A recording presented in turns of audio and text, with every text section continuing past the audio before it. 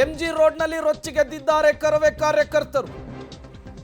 English ಬೋರ್ಡುಗಳನ್ನು ಧ್ವಂಸಗೊಳಿಸಿ ತಮ್ಮ ಆಕ್ರೋಶವನ್ನು ಹೊರಹಾಕ್ತಾ ಇದ್ದಾರೆ ಕನ್ನಡ ಪರ ಸಂಘಟನೆಯ ಕಾರ್ಯಕರ್ತರು.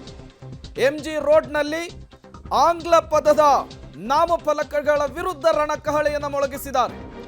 ಕರ್ನಾಟಕದಲ್ಲಿ ಕನ್ನಡವೇ ಕಡ್ಡಾಯ, ಕನ್ನಡವೇ ಅಂತಿಮ, ಯಾವುದೇ ಕಾರಣಕ್ಕೂ ನಿಯಮವನ್ನು ಮೀರಿ ನಾಮಫಲಕವನ್ನು ಅಳವಡಿಸಿರೋರನ್ನು ನಾವು ಸುಮ್ಮನೆ ಬಿಡಲ್ಲ ಅಂತೇಳಿ ಶಪಥಗೈದಿದ್ದಾರೆ.